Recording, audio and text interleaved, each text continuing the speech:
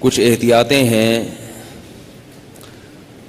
جن کو اگر اختیار کیا جائے تو یہ جو بیماری ہے جو لوط علیہ السلام کی قوم میں تھی، یہ بیماری پھیلتی نہیں ہے۔ اس میں سب سے بڑی ذمہ داری ہے بچوں کے والدین کی، کیونکہ بچے تو بچے ہوتے ہیں۔ والد کو چاہیے کہ اپنے چھوٹے بچے کو جب بھی کہیں لے کر جائیں تو اپنے ساتھ رکھیں، اگر وہ کہیں کھیلتا بھی ہے تو اس پہ نگرانی رکھیں کہ وہ بڑوں میں نہ کھیلے۔ اور رات میں یہ نگرانی ضروری ہے کہ بچے کو اپنے کزن کے ساتھ ہرگز ہرگز ہرگز نہ سونے دیا جائے ایک ہی بستر پہ۔ اس کا یہ مطلب نہیں ہے کہ کزن خراب ہوتے ہیں، اگر 10 میں کوئی ایک بھی خراب نکلا تو اس ایک کے شر سے بچنے کے لیے 9 سے مزید احتیاط کی جاتی ہے۔ مصیبت ہمارے معاشرے میں یہ ہے کہ جب کسی کو یہ کہا جائے نا بھئی یہ کزن ہے اس کے ساتھ بستر پہ نہ سو، تو لوگ کہتے ہیں تو بہت نیک ہے۔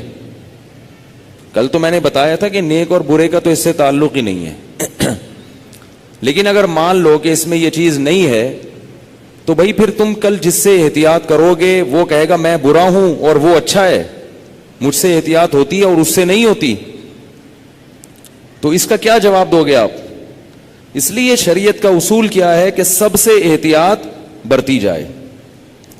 تو بچے کو کبھی بھی بستر پہ سونے نہ دیا جائے اپنے کزن کے ساتھ، جب بچہ 7 سال کا ہو جائے، 7 سال کے بعد سے احتیاط ضروری ہے، چاہے وہ کزن کتنے ہی نیک ہوں کتنے ہی اچھے ہوں، بھائی ایک اصول ہے، ختم، بستر الگ۔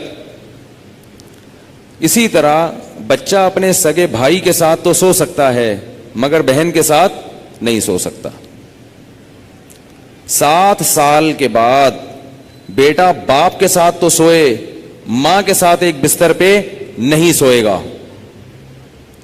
بیٹی ماں کے ساتھ تو سوئے گی، باپ کے ساتھ ایک بستر پہ نہیں سوئے گی۔ بات آ رہی ہے سمجھ میں؟ اسی طرح بیٹی جب 9 سال کی ہو جائے، یہ خوب اچھی طرح مسائل سمجھ لو، اس میں آپ مجھے فنڈامنٹلسٹ کہو، دقیانوس کہو، جو مرضی کہہ دو، میں اللہ کا حکم آپ کو سنا رہا ہوں، عمل کرنا ہے کرو، نہیں کرنا ہے تو جیسے چل رہے ہو چلتے رہو، ہم سے سوال نہیں ہوگا۔ بہت بے احتیاطیاں ہوتی ہیں، ہم لوگ ہندو نہیں ہیں، عیسائی نہیں ہیں، مسلمان بننا ہے تو تمیز سے بنو بھائی، نہیں بننا ہے تو پھر انگریزوں کے کلچر کو فالو کرو، وہ بہت ایڈوانس جا رہے ہیں آج کل۔ بار بار کہتا ہوں یہ کیا نہ ادھر کے نہ ادھر کے۔ تو جب بیٹی 9 سال کی ہو جائے، بیٹی 9 سال، تو باپ پر یہ احتیاط لازم ہے کہ وہ اس کو پیار کرنے میں احتیاط سے کام لے۔ بہتر یہ ہے کہ اپنی باڈی کو اس کی باڈی سے دور رکھے۔ پیار کرنا ہو سر پہ ہاتھ رکھے، بیٹی سر پہ پیار کرے، گالوں پہ یا ہونٹ پہ پیار نہ کرے۔ 9 سال کی بچی احتیاط کرے اس سے، یہ احتیاط کی عمر ہے۔ اور جب بالغ ہو جائے پھر تو ہرگز اس کی اجازت نہیں ہے، کیونکہ مسئلہ یہ ہے کہ باپ اگر بیٹی کو اس طرح سے پیار کرے اور خدا نخواستہ باپ کے دل میں شہوت پیدا ہو گئی، اور اس کی کچھ تفصیل ہے، یہ خود سے فیصلہ نہ کریں، مفتی سے، کسی مفتی کے سامنے پوری صورتحال رکھیں، تو اگر یہ شہوت پیدا ہو جائے تو اس بیٹی کی ماں اس باپ پر ہمیشہ کے لیے حرام ہو جاتی ہے۔ شریعت میں جو سیکچول ریلیشن ہے وہ ایک وقت میں ایک عورت کے ساتھ ہو سکتا ہے، ماں سے ہو گیا تو بیٹی سے نہیں ہو سکتا، بیٹی سے ہو گیا تو ماں سے نہیں ہو سکتا۔ ایسی اجازت نہیں ہے کہ ادھر بھی اور ادھر بھی، نہ نہ نہ نہ۔ سوتیلی بیٹی جو ہے نا، قرآن نے کیا کہا ہے کہ جب کسی عورت سے نکاح ہوا تمہارا اور نکاح کے بعد اس عورت سے تمہارا سیکچول ریلیشن قائم ہو گیا تو اس عورت کی بیٹی تم پر ہمیشہ کے لیے حرام ہو گئی۔ اب اس بیٹی سے کبھی بھی قیامت تک کے لیے نکاح نہیں ہو سکتا۔ اگر وہ ریلیشن قائم نہیں ہوا اور ریلیشن قائم ہونے سے پہلے طلاق ہو گئی تو بیٹی سے شادی ہو سکتی ہے۔ قرآن کی اس آیت سے فقہاء نے، امام ابو حنیفہ نے اور ان کے شاگردوں نے اور بہت سارے تابعین نے استدلال کیا ہے کہ اسلام میں ایک وقت میں جس عورت سے ریلیشن ہوا اس کی ماں سے اس کی بیٹی سے ریلیشن نہیں ہو سکتا, نہ حلال, اور حرام تو ویسے ہی حرام ہے, حلال ریلیشن بھی نہیں اب ہو سکتا. کسی عورت سے جب ریلیشن ہو گیا تو بیٹی سے اب حلال شادی بھی نہیں ہو سکتی, قرآن نے منع کر دیا. کسی عورت سے اگر خدا نخواستہ زنا ہو گیا, اب اس عورت سے تو شادی ہو سکتی ہے, اس کی ماں سے یا اس کی بیٹی سے شادی نہیں ہو سکتی. خوب سمجھ لیں یہ مسئلہ اچھی طرح سے.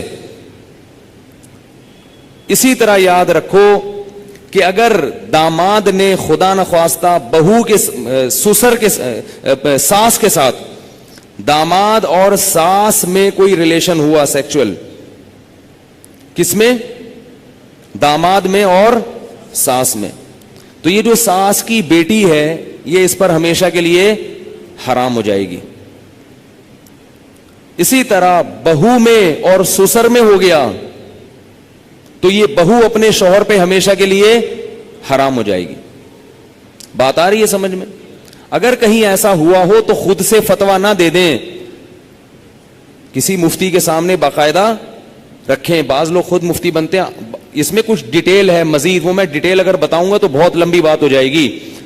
تو کسی کے ساتھ ایسا خدا نخواستہ ہوا ہو تو خود سے فیصلہ نہ کرے, کسی مفتی کے سامنے پوری, اس میں کچھ شرطیں ہیں.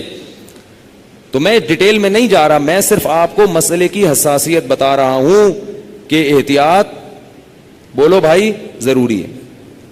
کن رشتوں سے احتیاط ضروری؟ سگی بیٹی سے احتیاط ضروری, بیٹے کا اپنی ماں سے احتیاط ضروری, ساس سے احتیاط ضروری, داماد سے احتیاط ضروری.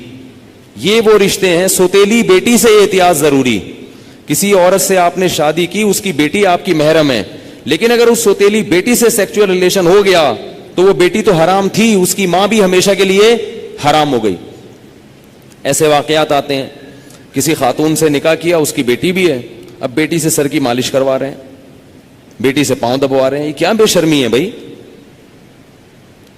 جوان بیٹی سے جو ہے نا وہ پاؤں دبوا رہے ہیں, سر کی مالش کروا رہے ہیں. اور بہت سارے ایسے واقعات آتے ہیں, فون آتے ہیں کہ جی جوان بیٹی تھی, اس سے ایسے میں کر رہا تھا تو مجھے شہوت پیدا ہو گئی, میں کیا کروں؟ کیا کریں بھائی, آپ کی بیوی حرام ہو گئی, اور کیا کرو حضرت؟ یہ کیا, مجھے تو پتہ ہی نہیں تھا. شریعت کے علم, مسئلے کا علم نہ ہونا, اس سے یہ تھوڑی کہ شریعت ہی بدل جائے گی. آپ گئے پاکستان آئے, آپ کو نہیں پتا کہ لال بتی پہ گاڑی روکنی ہے اور ہری پہ چلانی ہے, آپ کو پتہ نہیں تھا. لال بتی پہ آپ سگنل توڑ کے آگے چلے گئے, پولیس والے نے روکا تو آپ کہہ رہے مجھے تو پتہ ہی نہیں تھا کہ لال پہ رکتے ہیں. چھوڑ دے گا آپ کو وہ؟ تو اسی طرح اللہ بھی نہیں چھوڑتے کہ پتہ ہی کوئی نہیں, آپ کو پتہ ہی نہیں تھا آپ کو. تو یہ خوب سمجھ لیں, ان رشتوں میں احتیاط کی بہت سخت ضرورت ہے. اسلام پاکیزہ نظام بنانا چاہتا ہے. بہو گھر میں آئی ہے تو سسر کے لیے وہ بیٹی